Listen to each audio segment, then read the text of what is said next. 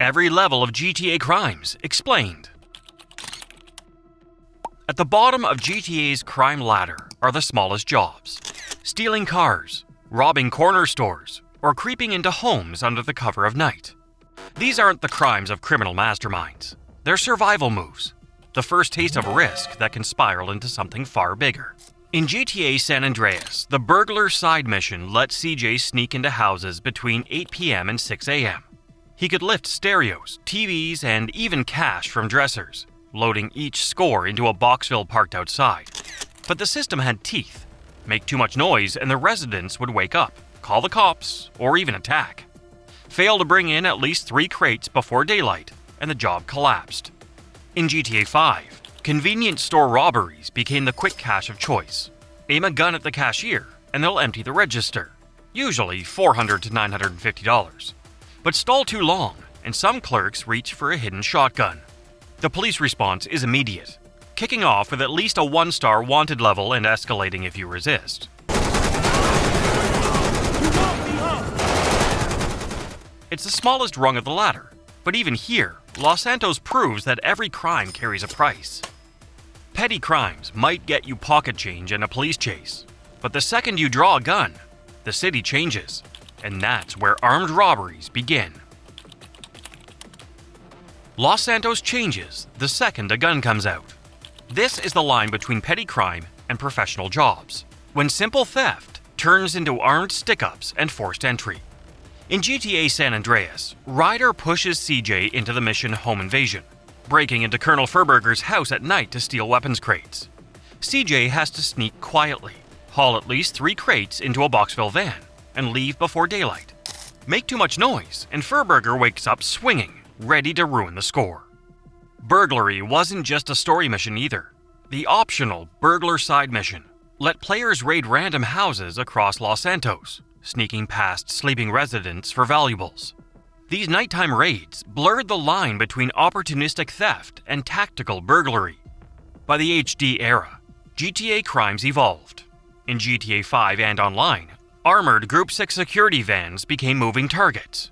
They appear as blue blips on the map, and to crack them open, players use sticky bombs or gunfire to blast the rear doors. Inside waits a security case stuffed with cash, but guards pour out shooting, and a wanted level slams down instantly. It's still small crew crime, but the message is clear. Once you move into armed robberies, everybody shoots back. But not every score comes from banks or armored trucks. In the criminal underworld, the real power comes from controlling the streets and the drugs that fuel them. This is where crime stops being small change and starts reshaping entire neighborhoods. In San Andreas, the streets of Los Santos are torn apart by the crack epidemic. The Ballas and Vagos flood the city with drugs, while the Grove Street families collapse under addiction and betrayal. The real dagger is Big Smoke, who secretly builds an empire with Tenpenny's protection, turning friends into enemies and sparking the gang wars that CJ is forced to fight back against. In GTA 4, the same pattern plays out on a different coast. Elizabeth Torres, Bohan's most feared cocaine dealer, employs Nico Bellic for dangerous shipments. Missions like Blow Your Cover and The Snowstorm show how her empire unravels. Paranoia takes over, federal investigations close in, and eventually, Elizabeta is arrested, her reign collapsing overnight. Nico, you there? You there? But there are about 100 cops listening to this. You can't even hear me. Freeze him. Payphones. Nico? And in GTA Online, players don't just witness the drug trade, they run it. With the Bikers update, criminals manage cocaine lockups, meth labs, counterfeit cash factories, and weed farms. But with profits come risks. NPC raids, rival crews, and cartel-style ambushes turn every delivery into a shootout. This level isn't about one score. It's about owning territory, controlling product, and surviving wars that never really end. But gangs and drugs are only the middle rungs. At the next level, crime graduates into organized heists. This is the point where street thugs turn into professionals. Heists are the heartbeat of GTA, carefully planned, high-risk, high-reward jobs that demand more than muscle. They demand organization. In GTA 5, Michael, Franklin, and Trevor graduate into professionals through jobs like the Fleeca Bank job, the crew's first test of planning and teamwork, and the finale, the Union Depository heist, where they walk away with over $200 million, if executed right. Crew selection, getaway planning, and prep missions define these scores. For the first time in the series, Rockstar made Heists a multi-stage system, showing how organized crime requires strategy as much as violence. But the roots go deeper. In GTA 3, Claude becomes a Leone family enforcer, running protection rackets, contract killings, and major hits that expand mafia control over Liberty City. In GTA Liberty City Stories, Tony Cipriani builds his reputation through intimidation and assassinations, proving that old-school organized crime was about steady power building, not one big payday. By the HD era, organized crime spans borders. The McCreary Irish mob in GTA 4 pull off the Bank of Liberty heist, one of the series' most infamous missions. Russian mobs under Dmitry Raskolov and Ray Bulgarin handle drug and arms smuggling on an international scale. Vice City's cartels, meanwhile, fuel entire economies through cocaine shipments. At this level, crime stops being survival or even ambition. It becomes an industry. Heists and syndicates aren't just about the score in front of you. They're about building a criminal empire that lasts. At this level, crime stops targeting wallets and starts targeting power itself. When the victims are politicians, CEOs, and corporate kingpins, the motive isn't money, it's control. In GTA 5, Lester turns Franklin into Los Santos' deadliest hitman through a chain of assassination missions. Targets include corrupt business figures like Brett Lowry, the CEO of Bilkington Research, Redwood Cigarettes executives, the facade tech mogul Isaac Penny, and mafia-linked contractor Enzo Bonelli. Each hit destabilizes entire industries, with the player cashing in through precise stock market manipulation. Crime here doesn't just kill people, it reshapes the economy. In GTA 3, Donald Love demonstrates how organized crime manipulates politics directly. He hires Claude to rig Liberty City's elections through kidnappings, murders, and influence peddling.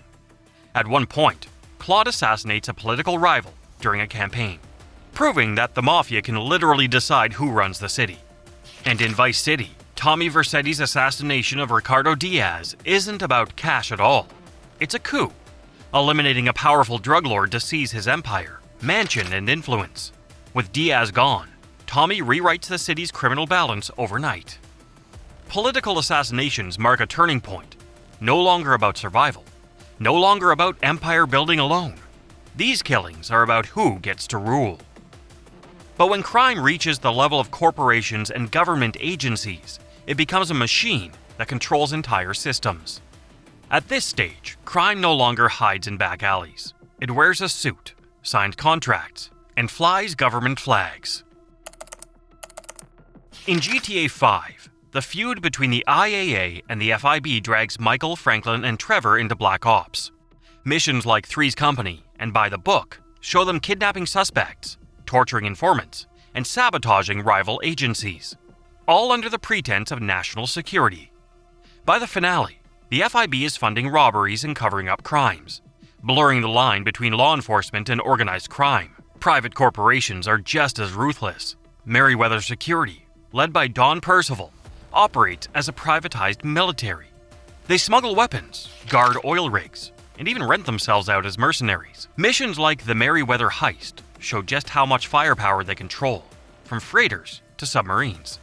Percival's empire proves that crime can be legalized if you call it business. In GTA Online, players take this model into their own hands.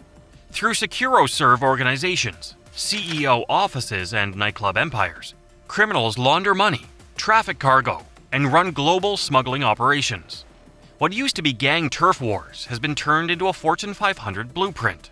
Boardrooms, warehouses, and offshore accounts. At this level, crime is no longer rebellion. It's the system itself, operating with the blessing of governments and corporations who profit from it. At the very top of the ladder comes the final step. Crimes so vast they threaten entire nations. This is the peak of GTA crime, when violence leaves the streets and starts threatening entire nations. In GTA 5, Michael, Franklin, and Trevor's Union Depository heist is the ultimate example. They walk away with over $200 million, crippling the world's most secure bank and exposing just how fragile the system is when corruption and planning collide. It's not just the biggest score in series history, it's a robbery that shakes Los Santos to its core. But GTA Online pushes the scale beyond money. The Doomsday Heist pits players against Avon Hertz and his rogue AI, Clifford, who plan nuclear strikes to reshape the world. From hijacking a submarine in the Bogdan Problem to preventing a full-scale missile launch in the Doomsday scenario, players step into crimes that blur the line between cartel violence and global terrorism. For the first time, GTA criminals hold the fate of millions in their hands. Even the older games hinted at this level. Niko Bellic's choices in GTA 4 decide the survival of mafia dynasties, wiping out entire families depending on the ending. In San Andreas, CJ dismantles Big Smoke's empire and watches Los Santos burn as Tenpenny's corruption sets the whole city into chaos. These weren't just local skirmishes. They were collapses that rewrote the map of power. This final level proves one thing. GTA's crimes aren't just about cash or territory. They're about rewriting history and deciding how much destruction the world can survive. From petty theft to doomsday plots, GTA's crimes climb higher with every level. Which one do you think is the most iconic and the most unforgivable? Let us know in the comments, and don't forget to subscribe.